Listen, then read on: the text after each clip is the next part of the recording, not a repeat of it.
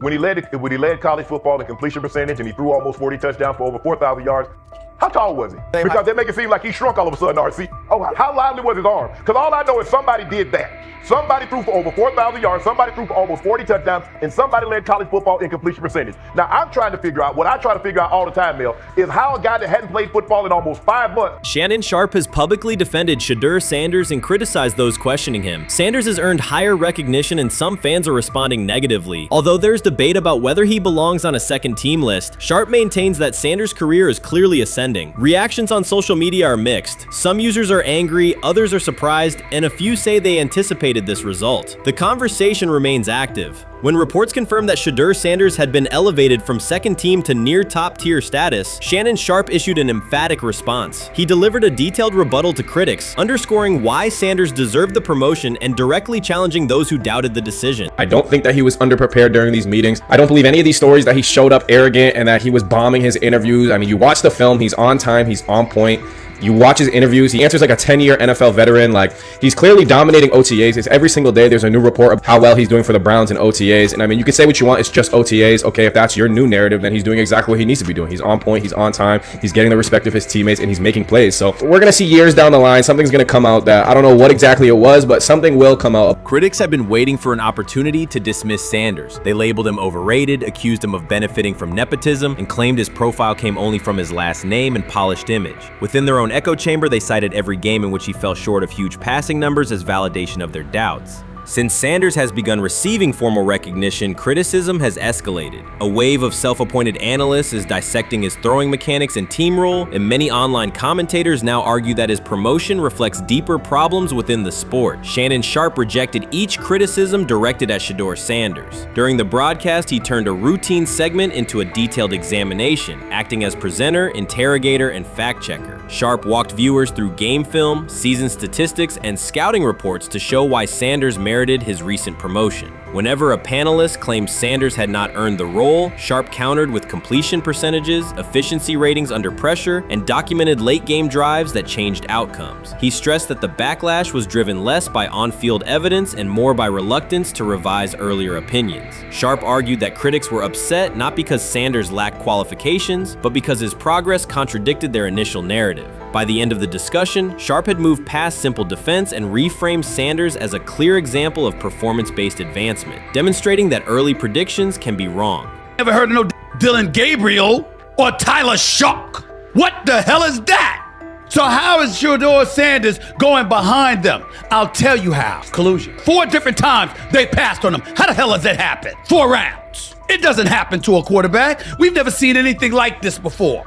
Shedeur Sanders with the watch. Shedeur Sanders with his bravado. Shedeur Sanders with this supposed arrogance or whatever. Shedeur Sanders' advancement did not happen by chance. While detractors questioned his resume online, he continued to prepare, attend every practice, and deliver accurate throws under pressure. The contrast between his output and the complaints directed at him has been stark. Some critics even argued the selection committee was, quote, biased toward performance, as if rewarding strong play were improper. Rumors quickly followed. Certain commentators speculated that a public relations push from the Sanders family must have influenced voters, suggesting everything from coordinated media strategies to alleged favors for coaches. None of these theories addresses the basic point. Sanders earned his promotion through consistent production, poise in the pocket, precise ball placement, and efficient decision-making. Shannon Sharpe highlighted these facts during his response. He noted that Sanders' performance metrics justify the recognition and emphasize that resistance to the move stems more from prior prejudice than from substantive evaluation. For Sharpe, the goal was clear: present the data, challenge unfounded claims, and correct the narrative. The discussion therefore became a broader statement about acknowledging merit and abandoning outdated assumption. Colin Cowherd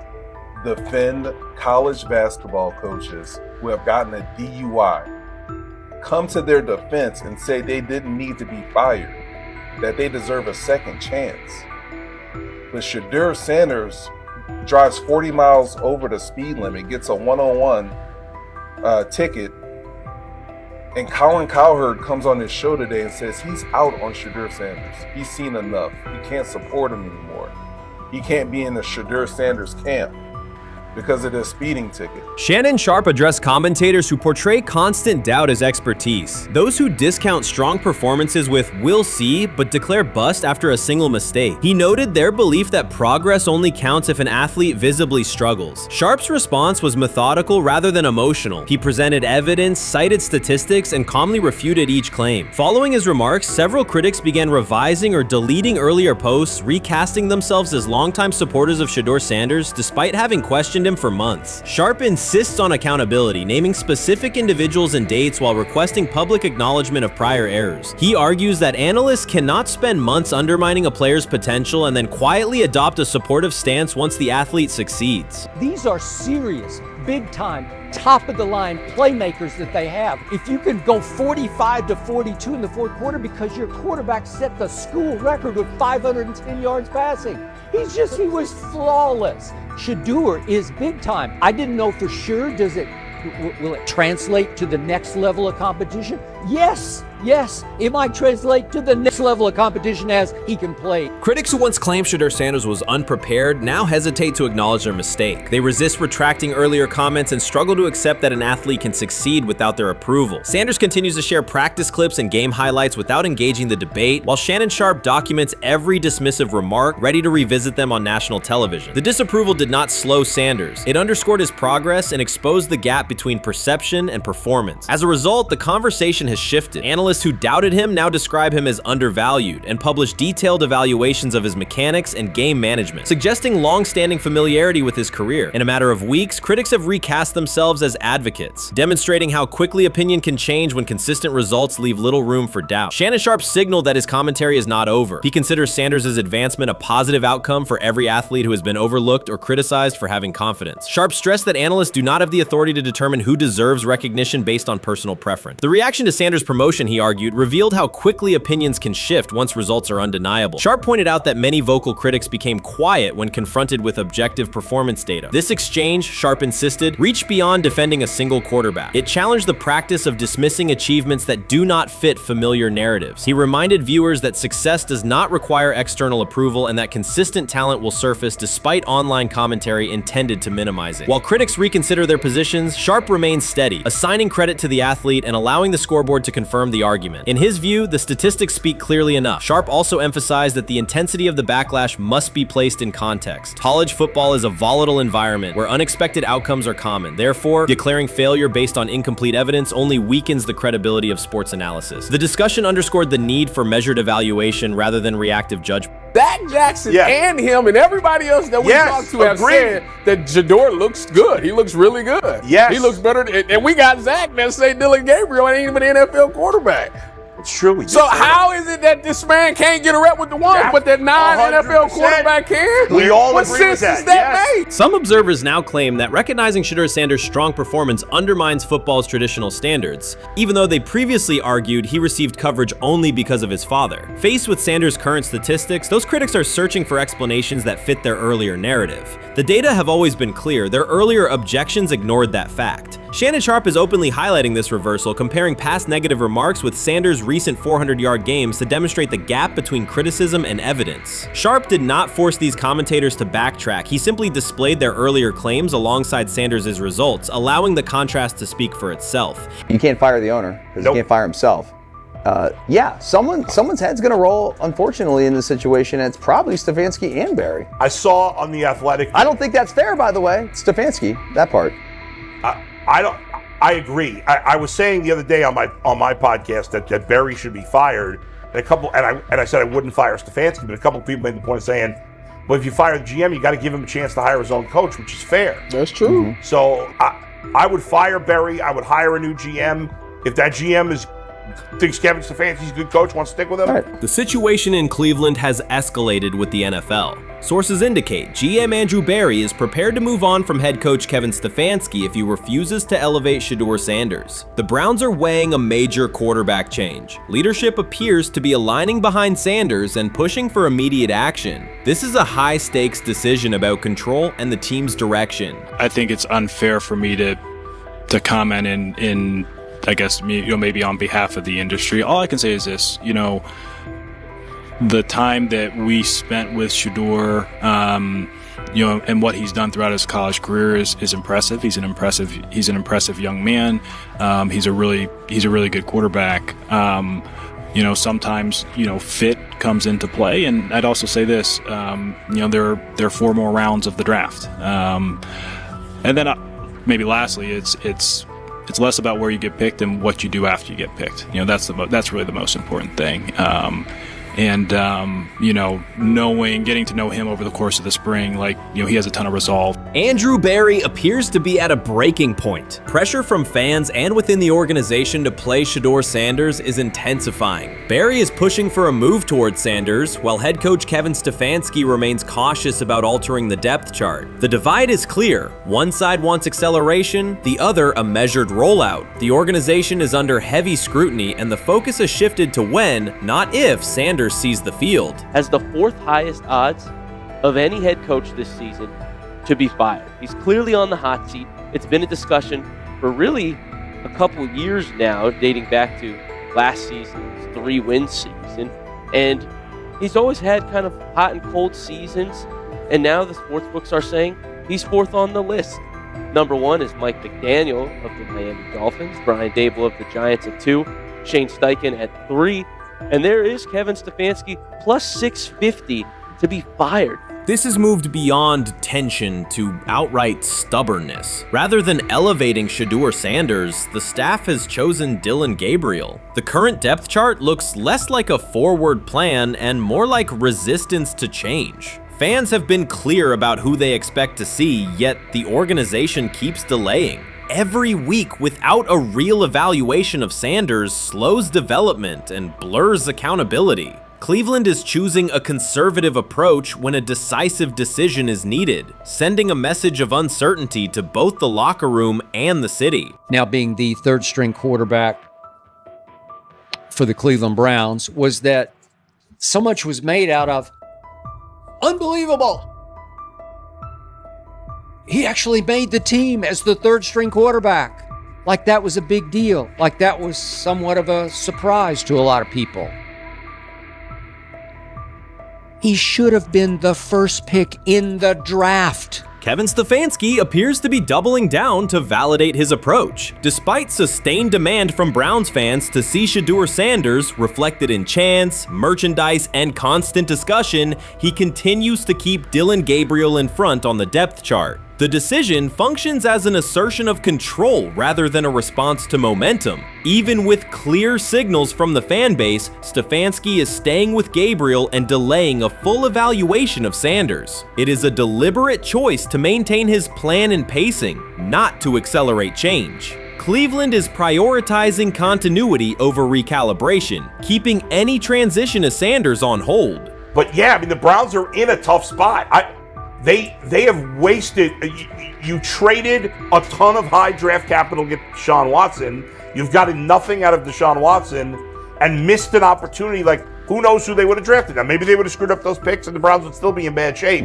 Andrew Berry is likely frustrated watching Dillon Gabriel default to conservative throws while the offense stalls. From a football perspective, this appears to be the hill Kevin Stefanski is choosing to stand on. Keeping Gabriel ahead of Shedeur Sanders has limited the unit's explosiveness and prevented a full evaluation of a higher ceiling option. Drives end quickly, field position flips, and momentum is lost while Sanders remains on the sideline. Fan patience is wearing thin. Each ineffective series intensifies criticism and shifts scrutiny toward the coaching staff's criteria for the depth chart. With every additional snap for Gabriel, the decision reads less like an open competition and more like rigid adherence to a plan that isn't producing results. The optics are clear. A dynamic quarterback sits while a cautious approach keeps the offense in neutral. If this continues, accountability questions will grow inside and outside the building. What performance benchmarks keep Gabriel ahead of Sanders? When will Sanders receive first-team reps in live situations to allow a fair comparison? The front office must decide whether to preserve continuity or pivot toward a timely assessment of Sanders. The longer the current approach stays in place, the more it signals stubbornness rather than adaptation, and the more pressure mounts to realign the plan with on-field output. I honestly see it happening if the Browns lose a bunch of games. If they get 5 wins or less, I see the report coming out now that Stefanski will be fired. I don't want it to happen. I want the Browns to be good, win a bunch of games. I think that they're going to be a team that is slept on and can at least get 7 wins, which is why if they don't, I see Stefanski getting all the blame for that, and there'll be a new coach in Cleveland. Because their players, to me, are there once again. We've talked about the incredible rookie class. The approach in Cleveland lacks consistency. One week, Andrew Berry signals he wants Shedeur Sanders on the field. The next, Dillon Gabriel gets the reps and the plan stays conservative. Through it all, Kevin Stefanski shows limited urgency despite pressure on his job security. Fans are asking for an offense that can push the ball, change field position, and produce points. Instead, the unit leans on short throws and cautious sequencing. Gabriel's play keeps the ceiling low and momentum static, while a full evaluation of Sanders is postponed. The result is growing frustration and a clear disconnect between the front office, coaching staff, and expectations in the stadium. The NFL tried to teach him and his father a lesson. You don't act like that. You don't talk like that before a draft. We'll show you how our game is played. We will watch you plummet all the way. I think he would have gone undrafted except for that owner in Cleveland. And he is the key to everything because he is something of an against-the-grain maverick owner. He's kind of a wannabe Jerry. Fan speculation is growing. Some believe Kevin Stefanski lacks confidence in Shedeur Sanders. Others think he's prioritizing Dillon Gabriel for reasons unrelated to performance. A more extreme view claims Stefanski is manipulating outcomes to secure a buyout. Whatever the motive, the risk is clear. This approach is straining his relationship with GM Andrew Berry and alienating the fan base. Pressure is rising, Berry's patience is running out, and supporters have shifted from requests to demands. If the current plan continues, calls for a change in quarterback and accountability will intensify. Shedeur Sanders doesn't ask for excuses. He hasn't blamed limited reps, patched together receiver groups, or fourth-string offensive linemen struggling against Cleveland's second-team defense. He shows up, works, and demonstrates why he belongs. On day 3 of Browns training camp, for the first time since OTAs, he finally received something close to a fair opportunity. He lined up with the second unit during an 11-on-11 period and made the most of it. In 8 plays, he did what he typically does when given a chance. He executed. He went 2 for 2 on a quick series, finishing with a decisive throw to tight end Blake Whiteheart that immediately caught the sideline's attention. There was no hesitation in his drop, no unsettled feet, and no panic. Just firm, accurate timing and clean operation. It raised an obvious question. What has taken so long for the Browns to evaluate him with a functional group? The story isn't only about one throw, it's about the delay before it. Sanders has been the guy for most of his football life, commanding high school programs, starring in the Southwestern Athletic Conference at Jackson State, then operating under national attention at Colorado. For the first time, he's been told to wait. He has treated that reality as part of the job rather than a setback. He has prepared like a professional since the moment he arrived, and on the 3rd day of camp in heavy heat, he let the football represent his case. While coverage focused on the veteran presence of Kenny Pickett and Joe Flacco, Sanders made an impression with minimal volume. The difference with the second team was immediate. Protection held up, routes were on schedule, and progressions unfolded as designed. Within that structure, he looked like the quarterback who led efficient offenses at Jackson State and Colorado. Calm in the pocket, decisive in his reads, and accurate to tight windows. This was not simply a good practice period, it was a clear statement. He was not just operating the script, he was directing it. The timing was sharp, the reads were clean, and the seam throw to Whiteheart was a high-level anticipation throw, professional in placement and pace. The narrative around Sanders should reflect that when he is placed in a workable situation, his strengths are visible. Early work with 4th unit personnel included protection issues and unreliable spacing. With the 2nd unit, those variables stabilized and his work looked consistent with his resume. The performance supported a straightforward conclusion. The evaluation should move forward with higher quality reps. Sanders has been explicit about his approach. He does not request special treatment. He intends to be prepared so that when an opportunity appears, he can step in without a drop-off. He has said he wants to be ready for anything and not offer explanations after the fact. That mindset fits what teammates and coaches have observed. A quarterback focused on the assignment, not the conversation around it.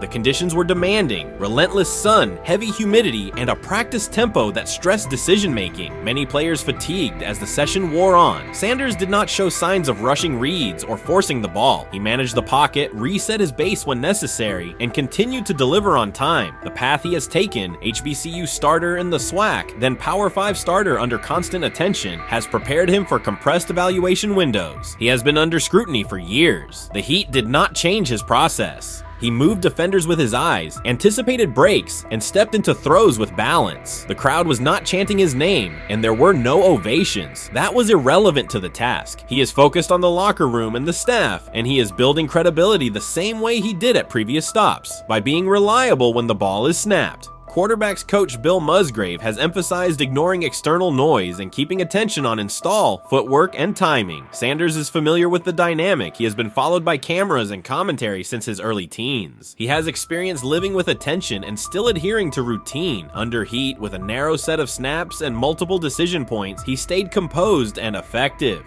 2 speeding citations, 91 miles per hour in Brunswick and 101 miles per hour in Strongsville, became national items. General Manager Andrew Berry characterized the decisions as not smart and stressed that it's not only about driving fast, but about the safety of others. Sanders accepted responsibility, stated that he learned from the incidents, and said he would follow the rules. The attention to those citations did not alter his daily schedule or his practice preparation. He arrived early, stayed engaged, and kept the discussion centered on work. Away from the field, he spent time at Rainbow Terrace in Cleveland after a significant apartment fire, distributing supplies and checking on families affected by the incident. There was no formal media rollout around the visit. It was an instance of direct engagement with the community without publicity attached to it. That reflects the same approach he shows inside the building. Do the work first. Sanders treats each rep as if it might be his last for the day and his only chance to show a specific element on tape. He prepares for protections, cadence variations, route adjustments, and timing with a level of detail that compresses the learning curve. When he is not under center, he studies coverages from the sideline, charts plays, and reviews video before and after practice. He writes down the next day's calls so he can anticipate checks. He has reference using virtual simulation tools to replicate snaps he does not receive physically. That is not a passive stance, it is an active attempt to reduce the distance between classroom and field. He is building relationships across the roster, not just with projected starters. He communicates with defensive backs to understand what they see and how they react to certain stems. He spends time with offensive linemen to align on cadence and protection calls. He connects with newer players away from the facility so that communication improves in practice. That is practical leadership, consistent, low visibility work that becomes obvious when the ball is snapped and the operation is smooth.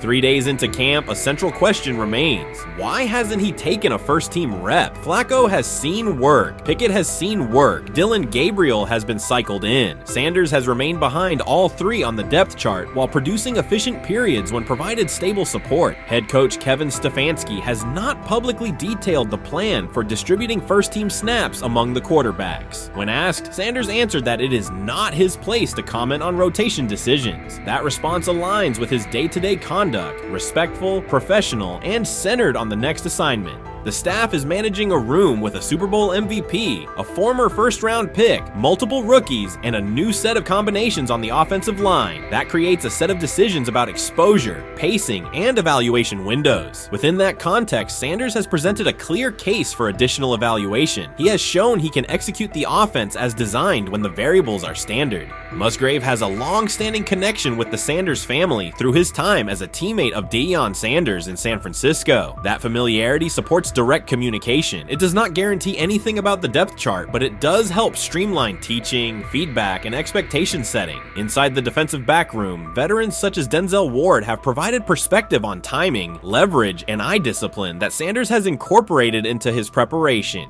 He is operating without the immediate family structure that defined his college environment. Away from his brother Shiloh and his father Dayon, he is managing his own housing, nutrition, recovery schedule, and all the smaller tasks that accompany an NFL routine. Those adjustments matter because they influence consistency across a long camp. He has treated those responsibilities as part of the job rather than distractions, which is reflected in a steady daily approach. What he showed on day 3 with the second unit was not a surprise to those who have tracked his prior work. It was a continuation of a profile, efficient sequencing, clear timing, and consistent ball placement when protections and routes hold up.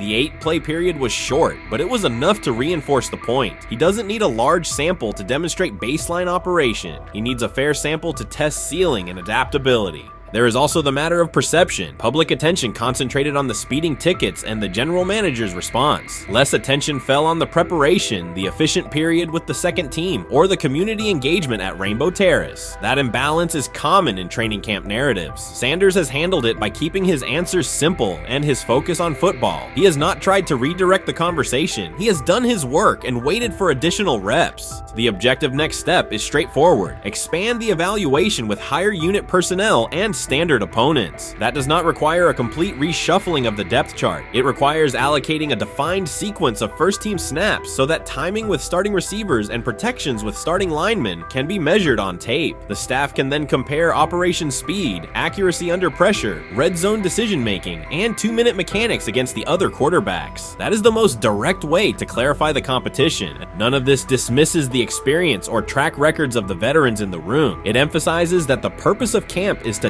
test assumptions with current performance. Sanders has provided enough evidence with the second unit to justify a broader look. He has shown that the pace of his feet matches the pace of his eyes, that he can hold safeties with his shoulders, and that he can drive intermediate throws without float. He has also shown discipline to take the clean completion rather than force the vertical shot when leverage dictates otherwise. Every day, he has addressed the controllable items, meetings, note-taking, install recall, cadence management, and post-practice review. He has not asked for public guarantees. He has asked for an opportunity to compete on comparable terms. The 8-play sequence with the second unit was a small but clear example of what he can do when those terms exist. The staff's communications have been measured. Stefanski has not laid out a schedule for first-team rotations publicly. Barry addressed the speeding incidents directly and emphasized standards for decision-making off the field. Sanders accepted the criticism, adjusted his behavior, and moved forward. Those are the relevant facts. What remains is a football evaluation that can only be completed by giving him snaps with the top group and measuring the results. If that evaluation occurs and he performs at the level he showed with the second unit, the conversation will shift from potential to placement. If it does not occur, the question will persist through camp. Why not test the full picture? Sanders has built a case based on preparation, poise, and execution. He has demonstrated leadership by building relationships across the roster. He has shown maturity in handling external issues directly and moving on. He has given the staff reasons on the field and in the building to continue the process. 3 days into camp, he has answered everything within his control. He has shown growth, discipline, and consistent operation. He turned early fourth-team disarray into learning, then executed cleanly when moved to the second unit. He kept the discussion on football when outside topics threatened to dominate. He has not tried to win a press conference. He has tried to win every rep. If he continues to stack days like this, the next step is logical. Evaluate him with the starters, document the results, and let the tape determine the depth chart. Until then, he will continue to prepare, continue to compete, and continue to present the same message through his play. What do you think is happening in Browns camp? What do you think is going to happen there before I let you go, Lewis? You know, I think it really does all depend on how Kevin is able to, as it relates to Shedeur, work him in enough. Well, one, Shedeur has to earn the right for Kevin and the staff to have discussions about, hey, we got to get him more reps with the ones and twos. We got to get him more reps with the ones and twos when we're going team period, not just walk through or not just 7-on-7 team. Louis Riddick reacted sharply on air after viewing practice footage from the Cleveland Browns. The clip showed quarterback Shedeur Sanders executing a string of precise throws while the Browns head coach watched with a broad smile. Riddick questioned whether the session was focused on evaluation or celebration, arguing that visible enthusiasm from the staff could cloud objective assessment of a rookie's progress. Earlier in the segment, Riddick's tone had been measured once the Sanders highlights appeared. He criticized the perception that a routine practice was being treated like a marquee event. He stressed that coaching reactions should remain subdued until performance translates into game situations. Riddick concluded by calling for accountability and asking the Browns to clarify how they plan to manage expectations for Shedeur Sanders as training camp continues. Couldn't imagine me myself saying, hey, you know what, as someone who has been at the very bottom to try and ascend to like some level of success, I could never imagine going, you know what would be really cool? I'm going to play a joke on someone like this and pretend that I'm a GM and I'm drafting you when actually I'm not. And then I'm going to hang up and just giggle about it. I mean, what the hell are we doing? Seriously, what are we doing when we think that kind of crap is funny? I don't know. Trying to get likes on TikTok. I don't have the right words for it. Right, Lewis, I'm going to say this. I don't have the right words for it. Few situations unsettle a former front office executive faster than watching coaches celebrate a rookie quarterback before pads come on in August. In Louis Riddick's view, the Browns staff did more than acknowledge promise. They acted as though they had already secured their franchise leader. Throughout the session, Shedeur Sanders delivered 40-yard throws off his back foot, ran crisp 2-minute drills, and displayed steadiness rare for a first-year player. According to reports, each successful rep drew audible admiration from the sideline, highlighting how quickly enthusiasm has escalated. When Riddick reviewed the same practice tape and heard the glowing comments, he challenged the reaction on live television. He argued that a few controlled drills should not override the methodical scouting and development work that normally guides roster decisions. Riddick's criticism focused less on Sanders' talent than on the evaluation process. He warned that comparing a prospect to established stars or joking about renaming the stadium creates pressure before the player has taken an NFL hit, faced a disguised coverage, or logged a preseason snap. Praising potential is acceptable, he said, but anointing a savior in July risks repeating the organization's history of premature quarterback expectations. Sanders brings confidence shaped by his father's legacy and his own disciplined preparation, yet Riddick insists that progress must be confirmed over time. He urged the Browns to temper public excitement, follow a structured development plan, and reserve celebratory reactions for on-field results that matter. Regular season production under live pressure, not highlight clips from a midsummer workout. He has to earn that. Kevin has to figure out a way to do that, so then you can reasonably assess what you have in him compared to Dillon Gabriel, compared to Kenny, compared to Joe Flacco. If you don't, then the conversation surrounding him is going to continue to be what it's been, which is, but for some people, he was overhyped all along. He's not that great of an athlete, doesn't have a big enough arm. There's a reason why he was a 5th-round pick, blah, blah, blah, which I don't believe. I believe if he is given enough reps, earns enough reps, and then is given enough reps in meaningful situations, he can throw the ball just as good as Joe, if not better, just as good as Kenny, if not better, just as good as Dillon Gabriel. After more than 2 decades in personnel and broadcast analysis, Louis Riddick was dismayed to see a franchise bypass basic evaluation standards after only a series of eye-catching minicamp throws. Reviewing practice footage from Cleveland, he observed Shedeur Sanders drilling 40-yard passes against uncovered receivers and running 2-minute sequences with poise. In Riddick's view, those reps, conducted without pads, contact, or a disguised rush, show arm talent but reveal little about how a rookie handles game pressure. Riddick said the Browns' reaction drifted from objective assessment to outright admiration. Multiple reports indicated coaches were sketching new concepts for Sanders during dinner and referring to dedicated Shedeur packages well before a padded practice. Even the veterans in the quarterback room showed no visible alarm, a sign that staff excitement had already reset the internal depth chart conversation. The analyst emphasized that his concern is not Sanders' skill set. He acknowledged the quarterback's arm strength, footwork, and composure, but rather how quickly the club appears willing to declare him its long-term answer. Riddick cited several past prospects who received similar midsummer acclaim only to stall once real competition began. Given Cleveland's long history of quarterback turnover, he argued the organization should focus on incremental milestones, processing post-snap reads, surviving live pass rushes, and rebounding from mistakes on Sunday afternoons. Riddick urged the Browns to temper expectations and follow a structured development plan so Shedeur Sanders can progress without undue pressure. One coach reportedly admitted he replayed Tuesday's scrimmage film so often that he lost sleep, an anecdote Riddick offered as proof that enthusiasm is already outpacing reality. All asking now is what is going on with Shedeur Sanders, and so the floor is yours.